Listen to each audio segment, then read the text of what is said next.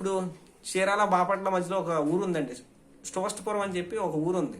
దానికి దేనికి ప్రసిద్ధి అంటే దొంగతనాలకి ప్రసిద్ధి అండి. అది వాళ్ళ పేరు చెప్తే తెలియని వాళ్ళు ఎవరు లేరు. ఇప్పుడు పెద్ద పెద్ద భూస్వాములకు కానీ ఎవరైనా ఇతరతల ధనవంతులకు కానీ వీరు చెప్తే వాళ్ళకి నిద్ర పట్టేది కదా. కారణం ఏంటంటే వీళ్ళ పేరు చెప్తే పలానా ఏదైనా ఒక దొంగతనం చేశారనుకో ఆడు వచ్చి ఉంటాడరా.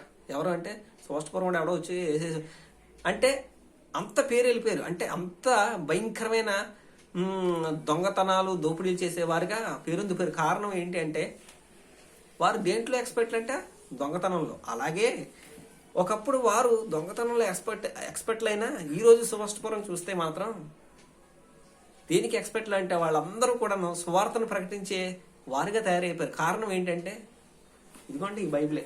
ఈ బైబిల్లో ఉన్న యేసుక్రీస్తే. ఈ బైబిల్లో ఉన్న యేసుక్రీస్తే కారణం. బైబిల్ తప్పు అని కొంతమంది, బైబిల్ని ఉండకూడదని సమాజంలో కొంతమంది అంటారు. కానీ నువ్వు నేను మార్చింది వాళ్ళని ఎవరు మార్చగలవండి అలాంటి వాళ్ళని. అలాంటి దొంగలే మారిపోయారంటే కారణం ఏంటో తెలుసా? ఈరోజు స్టోస్టపురం కాస్త స్వార్థపురంగా మారిపోయింది. కారణం ఏంటంటే ఈ బైబిల్ అండి, బైబిల్లో ఉన్న దేవుడు అండి. అలా చెప్పుకొస్తూ ఈ హేతు అలాగే పవిత్రులకు అన్నీ అలా చెప్పుకొస్తూ పవిత్రులకు అన్నీ పవిత్రములే గాని అపవిత్రులకు అవిశ్వాసులకు ఏది పవిత్రం కాదు. మరి వారి మనసును వారి మనస్సాక్షియు అపవిత్రపరచబడి ఉన్నవి. దేవుని ఎరుగుదమని వారు చెప్పుకుందరు గాని అసహ్యులను అవిధేయులను ప్రతి సత్కార్యము విషయము భ్రష్టులై ఉండి తమ క్రియల వలన ఆయన ఎరగమన్నట్టున్నారు. యేసుక్రీస్తుని ఎరగమన్నట్టున్నారంటండి వారి క్రియలు. పేరుకు మాత్రమే క్రైస్తవులు కానీ చేసేవన్నీ లోకస్తులు కూడా చేయరండి. అంత దారుణంగా చేసేవాళ్ళు అంటండి వీళ్ళు. క్రేతీయుల మనస్తత్వం ఏంటంటే యేసుక్రీస్తుని పేరుకు మాత్రం క్రైస్తవులండి అని అనబడుతున్నారే కానీ వాళ్ళు క్రైస్తవులు కానే కాదు. కారణం ఏంటంటే వారు చేసే పనులు. అపోస్తలుడైన పౌలు పేతురు గారు చెప్పినట్టుగా వీళ్ళు ఎలాంటి వారంటే క్రీస్తు విశ్వసించి బాప్తిస్మం తీసుకొని మళ్ళీ వారి మార్పు చెందని జీవితం యథాప్రకారమే వారి జీవితం జీవిస్తున్నవారండి. వారు ఎలాంటి వారంటే అబద్ధికులు, దుష్ట మృగములు, తిండిపోతులు. ఇదేనండి క్రేతీల్లో ఉన్న లక్షణాలు. వారు ఎలాంటి వారంటే మళ్ళీ ఆయన యేసుక్రీస్తుని ఎరగమన్నట్టుగానే ఉన్నారంట. మళ్ళీ యేసుక్రీస్తుని మాకు తెలియదు. వారు బాప్తిసం తీసుకున్నప్పుడు వారు మా పాత క్రియలను మేము విడిచిపెట్టేశాము అని చెప్పి బాప్తిసం తీసుకుని కూడా అదే క్రియలను మళ్ళీ వాళ్ళు కంటిన్యూ చేస్తున్నారు. అంటే కుక్క తన వాంతికి తిరిగినట్టుగా పేతురు గారు చెప్తారు కదా, కుక్క తన వాంతికి తిరిగినట్టుగా వీళ్ళు మళ్ళీ అదే పనులు చేయడం. కడగబడిన పంది బురదలో దొరికినట్టుగా వీరు అయ్యే క్రియలు చేస్తూ ఉంటున్నారండి. కారణం ఏంటి అంటే మార్పు లేని హృదయం, మారని హృదయం. మళ్ళీ బాహాటంగా క్రీస్తుని సిలువ వేసేస్తున్నారండి వారి క్రియల మూలంగా. క్రీస్తుకి ఎంత బాధ, ఎంత అవమానకరం, క్రైస్తవులకి ఎంత అవమానంగా వీరు తయారయ్యారంటే అంత అవమానంగా తయారయ్యారు. నైనా ఇదిగో ఇది మాత్రమే కాక ఈలోపు ఎవరు వచ్చేసారంటే ఈ హేతువు 13వ వచనం, ఈ హేతువు చేత యూదులు కల్పనా కథలను సత్యము నుండి తొలగిపోనట్టి మనుషుల కట్టడలను లక్ష్యం పెట్టక విశ్వాస విషయమైన స్వస్థల నిమిత్తము వారిని కఠినంగా గద్దింపు. ఈలోపు సునీతి సంబంధం విషయాల గురించి శరీర కార్యాలు చేయాలని యూదులు చెప్తూ ఉంటే ఈలోపు వీళ్లే సరిగ్గా లేదంటే ఇప్పుడు యూదులు వచ్చేసి గలిబిలి చేసేస్తున్నారు. తీతూ నువ్వు ఇవన్నీ చక్కగా సరిదిద్దాలి, ఈ సున్నితి విషయం సంబంధించిన విషయాలు వీరికి చెప్తే ఇంకా వీరు కూడా గలిబిలికి లోనైపోయి మొత్తం వారికి సంఘాన్ని గలిబిలికి లోన్ చేస్తున్నారు. నువ్వు ఈ విషయాలను చక్కగా చక్కబెట్టి రావాలని చెప్పి చెప్తున్నాడు. అలాగే మనం 2వ అధ్యాయం చూసినట్లయితే 2వ అధ్యాయంలో ప్రత్యేకమైన అధ్యాయం అండి ఇది. 2వ అధ్యాయంలో ఏం చెప్తాడంటే తిమోతికి కొన్ని విషయాలు చెప్తాడు. అలాగే వృద్ధ స్త్రీల గురించి చెప్తాడు, వృద్ధుల గురించి చెప్తాడు, యవన స్త్రీల గురించి చెప్తాడు, యవన పురుషులకు చెప్తాడు. అలాగే చెప్తాడండి సత్క్రియలను. మీరు ఈ 3 తీతుకు రాసిన పత్రికలో ప్రధాన అంశం ఏంటంటే సత్క్రియలను చెయ్యము, శ్రద్ధగా సత్క్రియలు అంటే మంచి పనులు అంటే క్రీస్తు ఏవైతే చేసి ఉన్నాడో క్రీస్తును అనుసరించి మీరు కూడా సత్క్రియలను చెయ్యండి అని చెప్పి తీతు ద్వారా పౌలు చెప్తున్నట్టుగా మనం చూస్తాం. అదే మనం 2వ అధ్యాయము 1వ వచనము 7వ వచనము 8వ వచనము అలాగే 15వ వచనం చూస్తే తీతు గారికి పౌలు గారు చెప్తున్నట్టుగా మనం చూస్తాం.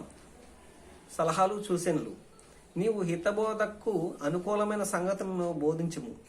ఎలానగా వృద్ధులు మితానుభవం గలవారును, మాన్యులను, స్వస్థబుద్ధి గలవారును, విశ్వాస ప్రేమను సహనము యందు లోపం లేని వారినై ఉండవలెనని చెప్పుము. అంటే ఎలాగా? నీవు హితబోధకు అనుకూలమైన సంగతులను, మంచి బోధ అంటే ఆరోగ్యకరమైన స్వచ్ఛమైన పాల వంటి వాక్యమును, క్రీస్తు వాక్యమును, సంగతులను బోధించుము అన్నాడు. అలాగే 7వ వచనం మనం చూద్దామండి. పరపక్షమందుండు వాడు మనల్ని గూర్చి చెడ్డమాట ఏది చెప్పనేరక సిగ్గుపడకున్నట్లు అన్నిటి యందు నిన్ను నీవే సత్కార్యమ విషయమై మాదిరిగా కనపరుచుకునుము అని చెప్తున్నాడండి. 15వ వచనం చూద్దాం. వీటిని గూర్చి బోధించుచు హెచ్చరించుచు పూర్ణ అధికారంతో దుర్బోధను ఖండించుము.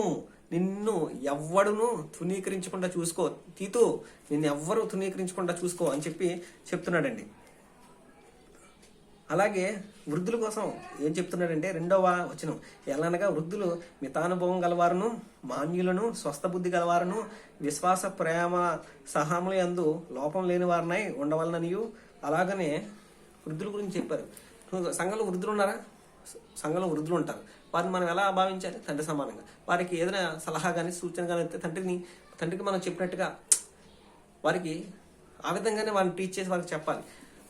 సంఘంలో వృద్ధులు ఉంటారు, యవ్వనస్తులు ఉంటారు, అలాగే వృద్ధ స్త్రీలు ఉంటారు, యవ్వనరాండ్రులు ఉంటారు. యవ్వనరాళ్ళు ఉంటే అక్కా చెల్లి అని చెప్పి ఇదే మన సంబోధన అయ్యి ఉండాలి. బ్రదర్, సిస్టర్ అంతేగాని దీనికి మించి వేరేది ఇంకో ఉండకూడదు. కాకా అని కానీ, చిచ్చా అని కానీ, బాబాయ్ అని కానీ, మామ అని కానీ ఇలాంటి పిలుపులు నువ్వు సంఘం బయట పిలవాలి తప్ప సంఘంలో పిలవకూడదు. నువ్వు సంఘంలో పిలిచే పిలుపు ఏంటంటే అన్న, లేదా అక్క, చెల్లి, తమ్ముడు, ఇవే. పెద్దలైతే అమ్మ, లేదా తండ్రి సమానంలో అయితే డాడీ లేదా తండ్రి గారు అని అలా చక్కగా సంబోధన చేయాలి. కానీ వేరే మాటలు పెట్టి నువ్వు పిలవకూడదు అని చెప్పి స్పష్టంగా చెప్తున్నాడు. అలాగే స్త్రీల గురించి, వృద్ధ స్త్రీల గురించి చెప్తున్నాడు. వృద్ధ స్త్రీలు కొండెగత్తులను, మిగుల మద్యపానాసక్తులనై ఉండక ప్రవర్తన యందు భయభక్తులు గలవారై ఉండవలననియు, దేవుని వాక్యం దూషం పడుకున్నట్లు యవన స్త్రీలు తమ భర్తలకు లోబడి తమ భర్తలను, శిశువులను ప్రేమించువారును, స్వస్థబుద్ధి గలవారును, పవిత్రులను, ఇంట ఉండి పని చేసుకుని వారును, మంచి వారునై ఉండవలనని బుద్ధి చెప్పుచు మంచి ఉపదేశము చేయువారునై ఉండవలనని బోధించుము. అటువలనే స్వస్థబుద్ధి గలవారై ఉండవలనని యవన పురుషులను హెచ్చరించుము అంటాడు. కొండెగత్తులు మనకు సామెత గ్రంథంలో చూస్తామండి. కొండెగాడు పరుల గుట్టు బయట పెడతాడంట.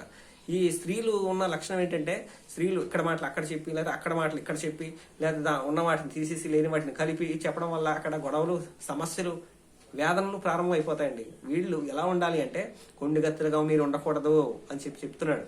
అలాగే అంతేనా? ఇంకోటి ఏంటి అని చెప్తున్నాడు, మద్యపానాసక్తులు అంటే ఇప్పుడు ఇది కూడా వచ్చేసిందండి స్త్రీలలో. మగవాళ్ళు ఇప్పుడు స్త్రీలు చేయని పని అంటూ ఏది లేదు. వీళ్ళు అన్నిటిలోనూ ఆరతి ఏరిపోయారండి. నిజంగా చుట్ట తాగుతారా? సిగరెట్లు తాగుతారు. మద్యపానమా? మగోళ్ళ కంటే పురుషుల కంటే మించిపోయారు. కారణం ఏంటి అంటే వారితో మేము సమానము, ఏ విషయంలో తక్కువ కాదు. ఎన్ని చోట్లేదు, రోజు పేపర్లో ఎన్ని చోట్లేదండి.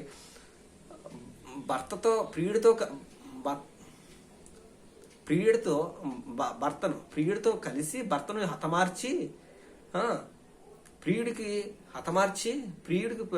ముఖం మీద యాసిడ్ పోసి ప్లాస్టిక్ సర్జరీ చేయించి మళ్ళీ భర్త ప్లేస్లో ఇతన్ని పెట్టి అందరినీ మోసపుచ్చారండి. అంటే ఎన్ని చదవలేదు చెప్పండి. ఇది పేపర్లోకి వచ్చింది, పేపర్లో కూడా వచ్చింది కదండి. ఇది పేపర్లో కూడా మనం చూసాం కదా. ఏంటి ఇంత ఆలోచన?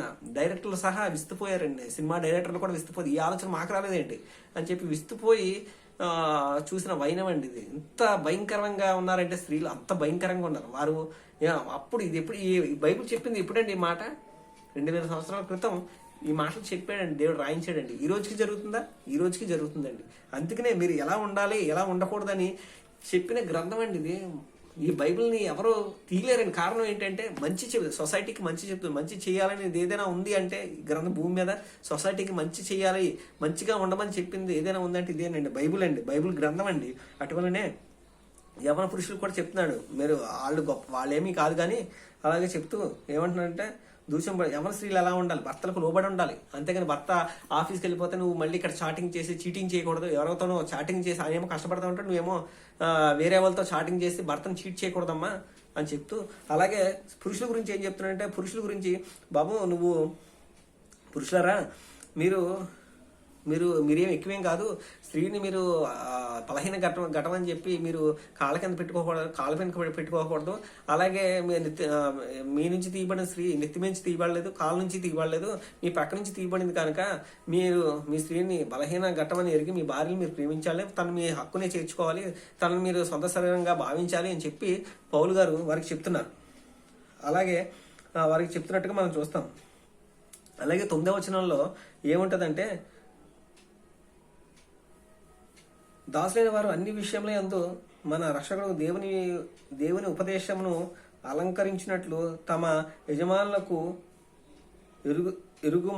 ఎదురు మాట చెప్పక అన్ని ఏమీయూ అపహరింపక సంపూర్ణమైన మంచి నమ్మకమును కనుపరచుచు అన్ని విషయముల యందు వారిని సంతోషపెట్టుచు వారికి లోబడి ఉండవాలని వారిని హెచ్చరించుము. ఏంటంటే ఏ అలంకారము,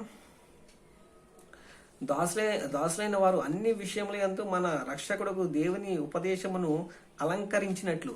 దాసులైన మీరున్నారు కదా, దాసులు మీరున్నారు కదా, యజమానులకు మీరు ఎలా ఉండాలంటే మీరు అలంకరించుకోవాలి. దేన్ని ఒక ప్రేమను అలంకరించుకోవాలి, ఒక దయను అలంకరించుకోవాలి, ఒక సమాధానాన్ని మంచి ప్రవర్తన మీరు అలంకరించుకోవాలి.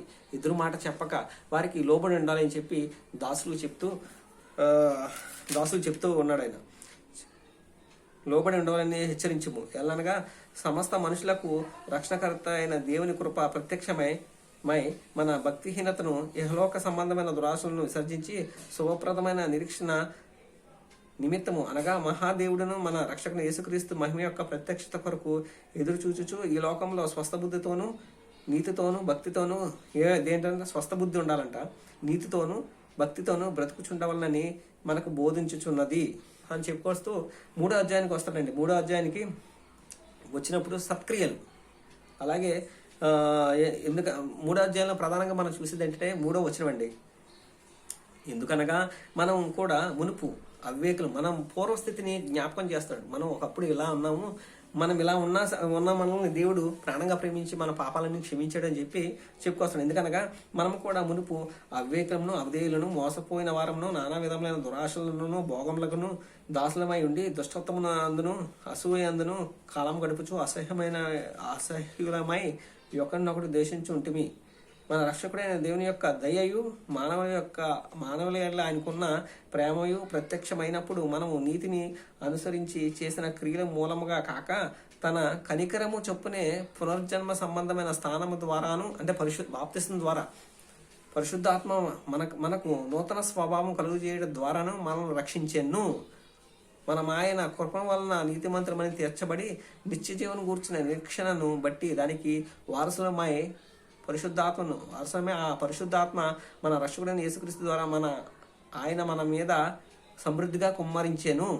మనం ఎలా ఉన్నామంటే మనం ఆయన కృప వలనే నీతిమంతులమని తీర్చబడి మన నీతిమంతులుగా ఎవరి ద్వారా మనం తీర్చబడ్డామంటే ఆయన కృప వల్లే మనం తీర్చబడ్డాము అని చెప్తున్నాడు.